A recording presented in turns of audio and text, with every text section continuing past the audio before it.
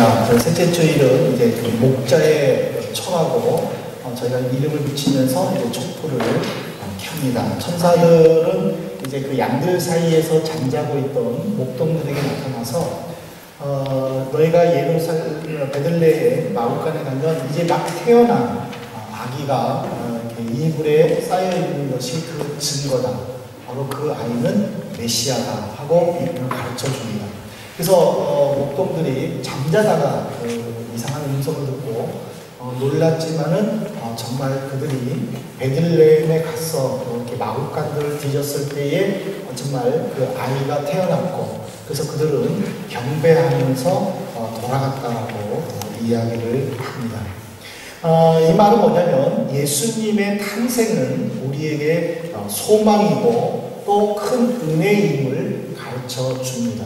하지만은 지금 이 시대에 이 성탄절은 더 이상 교회만의 행사가 아니라 이제는 세상의 그 행사로 발전된 것을 볼 수가 있는데, 이것을 발전이라고 표현을 해야 좋을지는 모르겠지만 제가 이 말씀을 준비하면서 2011년 그 성탄절에 있었던 그 한국의 그 갤럽 조사를 봤는데, 전년도 대비해서 2011년을 기준할 때에 성탄절에 백화점이 약 13.6%가 매출이 증가가 되었고, 한 가정당 성탄절 선물이 10만원, 그러니까 유로로 하면 한 7, 80유로 정도가 선물비로 지출이 되었다고 합니다.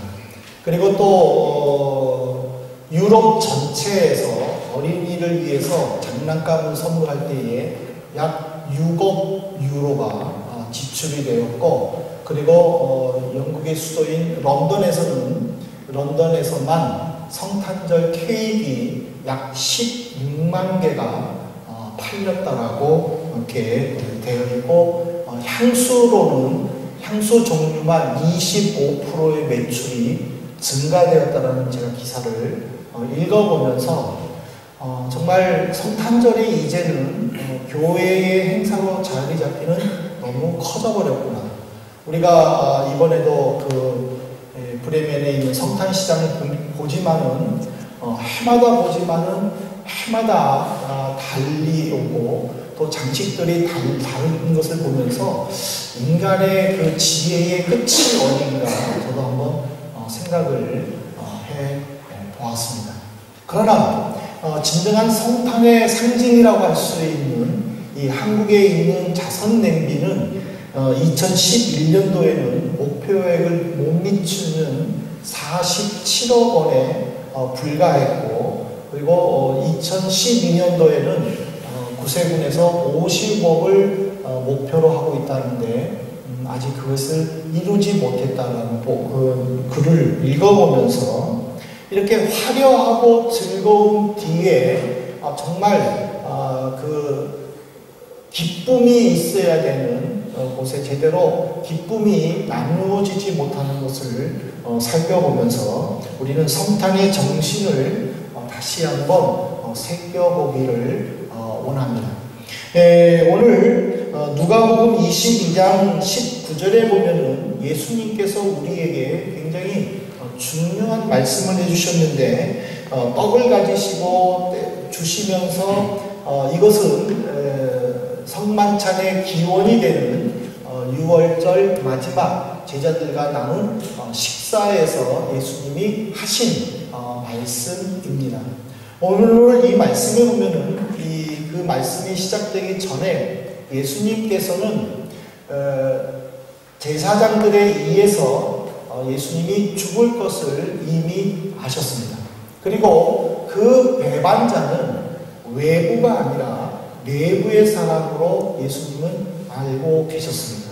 그럼에도 불구하고 그를 끝까지 사랑했고 그에게 그 계획을 취소할 것을 간접적으로 표현했지만 가룟유다는 결국 예수님을 배반하게 됩니다. 그렇지만 예수님께서는 오늘 이 말씀을 보면은 너희를 위하여 주는 내 몸이다 라고 말씀을 하시면서 이 마지막 식사를 통해서 예수님이 제자들에게 해주시고자 하는 말씀이 있다는 것을 가르쳐 줍니다. 그래서 22장 이제 17절에 보면은 너희끼리 나누어라 라는 말씀을 하십니다. 결국 예수님은 자신을 나누어 주면서 제자들에게 너희끼리 나누어라 라고 말씀하시는 것은 성탄의 정신은 내가 먹고 노는 것이 아니라 바로 나눔에 있다는 것을 우리에게 가르쳐 줍니다. 이것을 잘 설명해 주는 내용이 오늘 본문인데, 이 본문이 시작하게 되는 배경은 바로 마태복음 18장 22절에 올라가는데, 21절부터 올라가는데, 베드로가 예수님께 질문을 합니다. 선생님, 어떤 사람이 나에게 잘못을 한다면 나는 몇 번이나 용서해 주면 되겠습니까? 7번 용서해 주면 되겠습니까? 하고 질문을 합니다. 베드로가 그렇게 질문한 것은 예수님으로부터 칭찬을 받고 싶은 마음도 있었을 것입니다. 그러나 예수님께서는 베드로에게 7번뿐만 아니라 70번씩 7번이라도 용서해 주어라 하고 예수님은 한없는 사랑을 강조하시면서 바로 오늘 말씀을 비유로 들었습니다. 이 오늘의 본문 말씀은 이런 내용입니다. 어떤 임금 밑에서 일하는 종이 있었는데 그 사람이 금 1만 달란트를 빚졌다라고 이야기를 했습니다.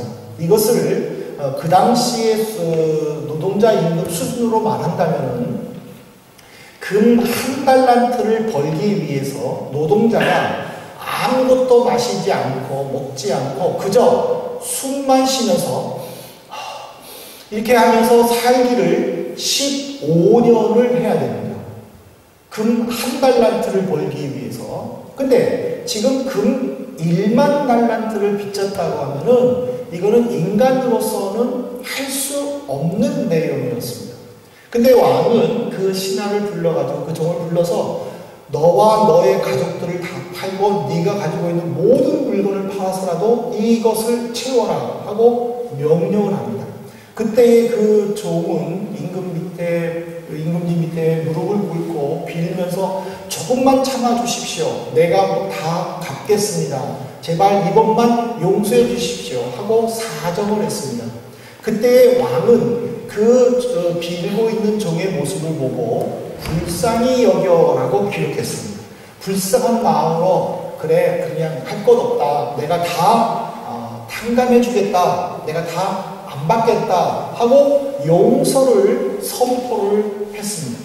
그 종은 너무 기뻤고 너무 감사했습니다. 그래서 이제 길을 갔는데 자기 동료의 종을 만났습니다. 그 종은 자기에게 빚을 진 사람입니다. 그 사람은 그 빚진 동료 종을, 즉 채무자를 만나자마자 멱살을 붙여봤어요. 그리고 빨리 갚아라 하고 다구쳤습니다. 왜 이 사람은 그 자기 동료가 얼마를 빚졌길래 이렇게 화를 내면서 다그칠까? 길거리에서. 한번 말씀을 보십시오. 28절에 보니까 성경은 100데나리온 빚졌다라고 했습니다. 금 한 데나리온이 아니라 그냥 100데나리온을 빚졌다라고 했습니다. 이 100데나리온이 얼마만큼일까? 이것은요, 당시 노동자의 임금 수준에 보면은 아무것도 먹지 않고 마시지 않고 이렇게 숨만 쉬면서 100일만 하면 됩니다. 자기는 지금 숨만 쉬면서 금 1달란트를 15년을 벌어야 되는데도 불구하고 그것도 못 벌어 1만 달란트를 탕감받았는데 그냥 숨만 쉬고 100일만 일하면 갚을 수 있는 그 돈을 안 갚았다고 행패를 부릴 뿐만 아니라 지금으로 말하면 경찰서에다가 고발을 해가지고 그 사람이 교도소에 갇혔습니다. 그것을 다른 사람들이 31절에 보면은 딱 했다라고 표현을 합니다. 여기서 이 딱했다라는 그 순수한 우리 한국말의 표현을 헬라어적으로 해석한다면은 왕은 사랑하는 마음으로 그 종에게 1만 달란트를 탕감해 준 그 왕의 마음이 불쌍했다라는 말입니다. 또한 채무자가 채권자에게 예의를 갖추어서 그 길바닥에서 무릎을 꿇으면서 조금만 참아달라고 사정했던 거절을 하는 채권자의 행동에 대해서 불쌍했다라는 마음 뜻을 가지고 있습니다.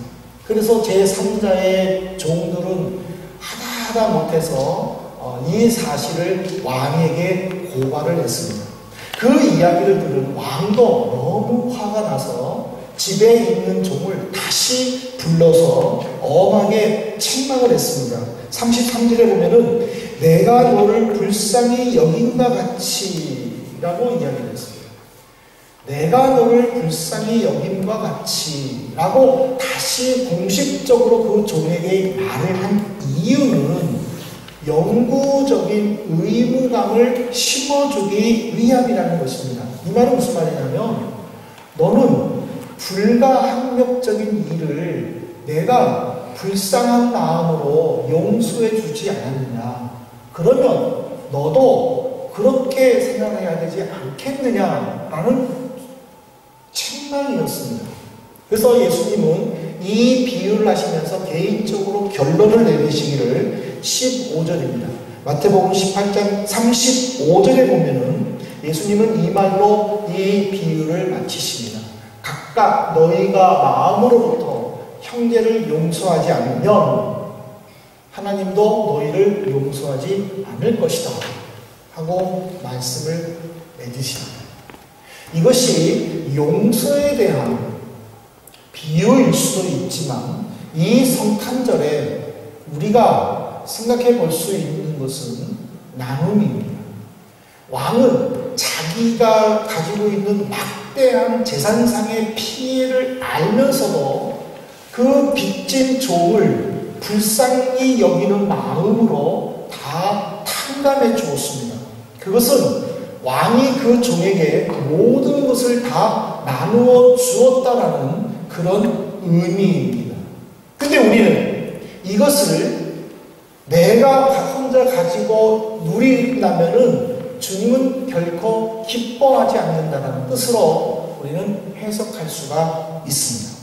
왜냐하면 예수님의 삶 자체는 바로 나눔과 배품이었기 때문입니다. 하나님은요, 이 세상을 지으셨어요. 그래서 이 땅에 내려오지 않고도 하늘에서 인간들에게 무서워하고 인간들에게 공포를 심어주면서 나를 안 믿으면 너희들은 다 죽일 것이다 선포하셔도 되는 분이었어요. 그럼에도 불구하고 하나님은 그 방법을 택하지를 않으셨어요. 하나님은 예수님을 이 땅에 보내주셨어요. 그리고 예수님은 하나님의 뜻을 깨닫고 실천하면서 몸소 나누어 주셨어요. 앞을 못 보아서 길거리에서 구걸하는 그 시각장애인을 고쳐주셨어요. 유일한 독자가 죽음으로 말미암아 홀로 살고 있는 과부인 어머니가 슬픔에 젖어 죽은 시체를 뒤따라가며 울 때에 예수님은 그 행렬을 멈추었고 독자를 살려서 슬픔에 빠진 어머니에게 주셨어요. 백성들이 광야에서 아무것도 못 먹고 3일 동안 예수님의 말씀을 듣고 이제 헤어지게 될 때에 너무 배고파서 백성들이 길거리에서 쓰러질 것 같아서 예수님은 처음에는 제자들에게 너희들이 먹을 것을 주어라 말씀하셨지만 제자들이 재산상의 그 문제로, 물질의 문제로 우리에게는 그만한 돈이 없다고 했었을 때에 예수님은 오병이어의 기적을 베풀어 주셨습니다. 또한 나병에 걸려서 마을에서 쫓겨나 살고 있는 사람들을 고쳐주셨습니다. 또한 자기 친구가 중병에 걸려서 움직이지 못할 때에 그 침대를 통째로 들고 와서 예수님 앞에 달아 내렸었을 때에도 예수님은 그 사람을 고쳐주셨습니다. 이것은 바로 나눔이고 이것은 바로 베품의 모습이었습니다. 이것을 제자들은 자세히 기록한 것이 바로 사복음, 마태, 마가, 누가, 요한복음입니다. 왜 제자들은 예수님의 모습을 성경에 기록했을까요? 예수님을 자랑하고 싶어서? 예수님이 이렇게 신적인 요소를 가지고 있다고 가르쳐주고 싶어서? 그럴 필요가 전혀 없습니다. 왜 그런지 아세요? 여러분들 출애굽기 3장 14절에 보십시오. 하나님은 모세에게 이렇게 선언하셨습니다. 나는 스스로 있는 자다. 하나님은 어느 누구로부터 증명을 받을 분이 아니라는 사실입니다. 그럼에도 불구하고 제자들이 이렇게 예수님의 행적을 기록한 이유는 무엇인가? 바로 이 말씀을 읽은 성도들이 그렇게 살아야 된다는 것을 가르쳐주기 위함이라는 사실입니다. 그러므로 우리는 이 대감절 셋째 주일을 지키면서 우리는 성탄의 정신을 분명히 마음에 새겨야 합니다. 성탄은 나눔입니다. 내가 가지고 있는 것을 다른 사람들에게 나누어 주어야 합니다. 그 나눔에 있어서 가장 좋은 마음은 바로 불쌍히 여김입니다. 왕은 빌고 있는 종을 불쌍히 여겨 주었습니다. 그래서 그 불쌍히 여기는 마음에 그 모든 빚을 다 탕감해 주었습니다. 그러나 그 사람은 자기 동료를 불쌍히 여기는 마음이 없었기 때문에 적은 금액, 즉 100데나리온이나 되는 그 빚을 진 친구를 용서해 주지 않고 교도소에 가두었다는 사실입니다. 근데 이 불쌍히 여기다라는 말은요, 두 가지 의미가 담겨져 있습니다. 우리가 불쌍히 여긴다 했었을 때에 감정적으로 눈에 보이는 모습 속에서 불쌍히 여겨서는 안 됩니다. 첫 번째로 주님이 우리에게 불쌍히 여겼다라는 말씀을 사용하시면서 주신 그 의미 첫 번째는 뭐냐면 함께하는 마음입니다. 내가 그 사람과 함께하고자 할 때에 그 사람의 처한 환경을 내 것으로 억셉트를 할 수 있는 거예요. 그렇다면 그 사람과 함께 울 수 있고 그 사람과 함께 고통을 나눌 수가 있는 것입니다. 상대방은 아파하는데 나는 바쁘다고 그 아파하는 사람을 돌보지 않는 때는 그 사람과 함께 하려고 하는 마음이 없기 때문이라는 거예요. 단순히 내가 바빠서 그 사람을 함께 못하는 것이 아니라는 것이에요. 왜냐면요, 우리나라 속담에도 보면요, 콩 한쪽도 나눈다라는 말이 있습니다. 콩을 반으로 나눠서 먹여준다는 뜻이 있습니다. 그것은 그만큼 사랑하는 마음이, 베풀고자 하는 마음이, 함께하려고 하는 마음이 있기 때문이라는 사실입니다. 주님은 우리를 불쌍히 여기셨습니다. 이것은 우리가 함께하고자 하는 마음이 있었다는 것입니다. 그래서 마태복음 1장 23절에 보십시오. 천사는 마리아에게 이렇게 얘기를 했습니다. 너가 아들을 낳을 것이다. 그 이름을 임마누엘이라고. 임마누엘의 뜻은 뭡니까? 하나님이 우리와 함께 계시다. 하나님은 우리를 불쌍히 여기셨습니다. 예수님을 보내주셨습니다. 예수님은 우리와 함께 하셨습니다. 그래서 예수님은 당시 사람들이 싫어했던 죄인들과 세리들과 창녀들과 함께 교제를 나누셨습니다. 기차 타고 아이들을 쫓아보낼 때에도 예수님 그 어린아이들을 품에 안고 축복해 주셨습니다. 이것은 바로 함께 하다라는 뜻입니다. 이것을 깨달은 사도 요한은 요한복음 3장 16절에 이런 말을 하셨습니다. 요한일서 3장 16절에 보면은요, 우리를 위하여 목숨을 버리셨으니 우리가 이로써 사랑을 알고 우리도 형제들을 위하여 목숨을 버리는 것이 마땅하다. 함께하라는 것입니다. 베푸는 것이 마땅하다라는 것입니다. 목숨을 버릴 정도로 우리는 그런 자세를 가져야 됩니다. 근데 불쌍히 여기다 해서 함께 한다고 해서 그것이 다 이루어지는 것은 아닙니다. 여기에는 당연히 따라오는 두 번째 의미는 사랑입니다. 내 마음에 사랑이 없으면 베풀 수 없습니다. 우리는 나 혼자 쓰기도 벅찬 세상 속에 살고 있습니다.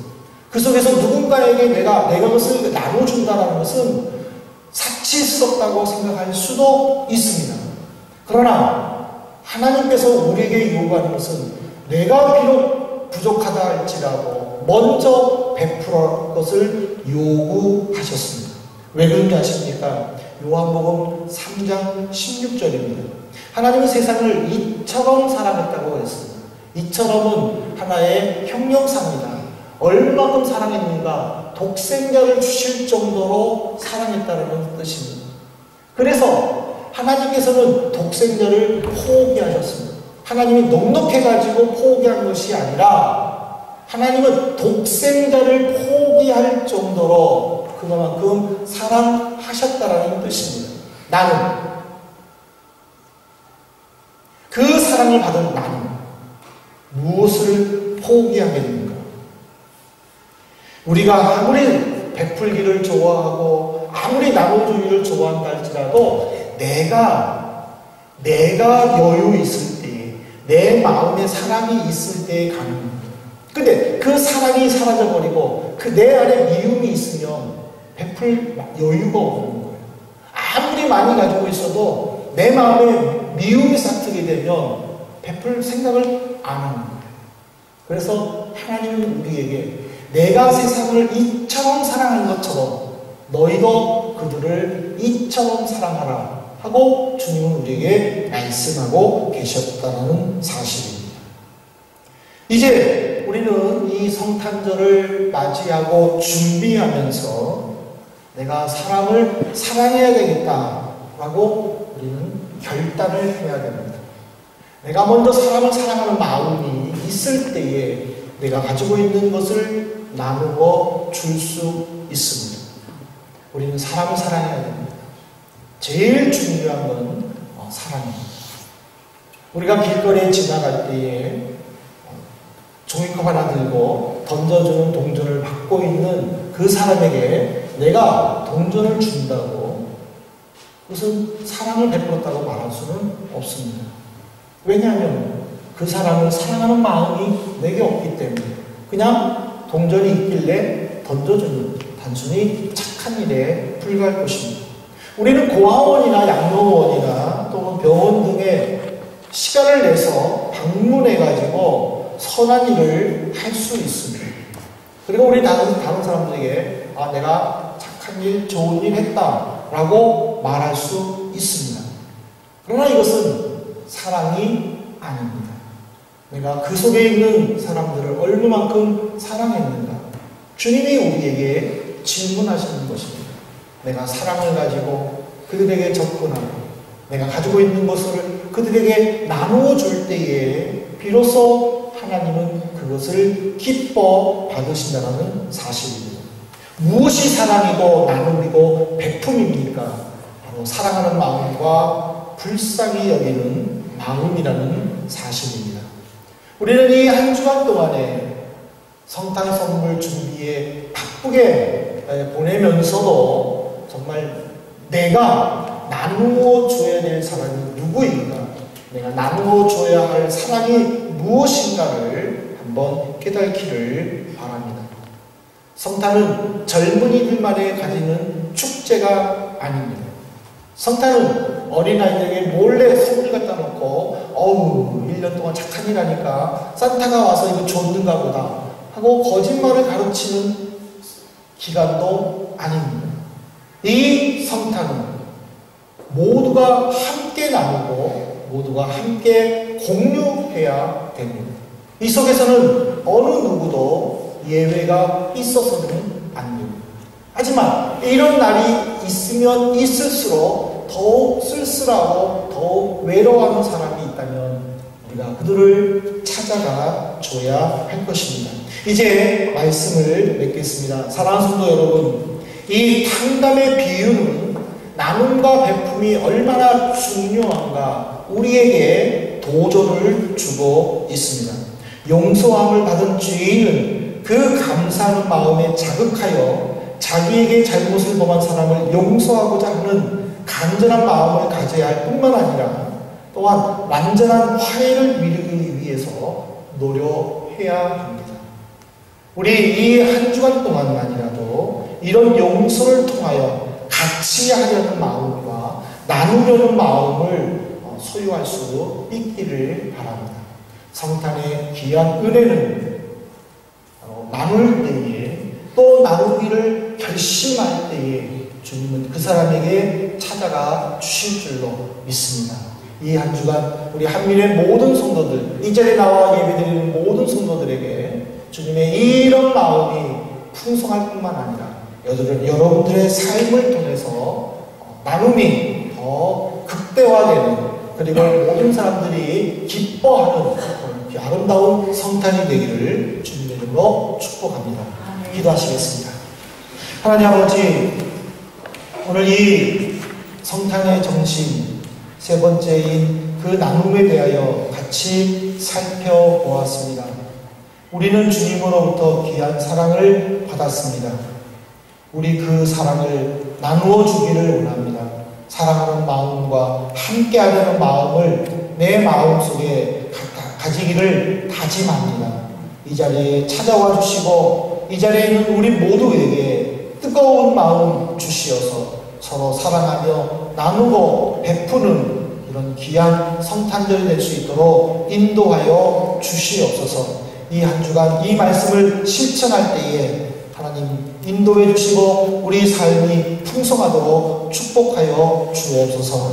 예수 그리스도 이름으로 기도드리옵나이다. 아멘.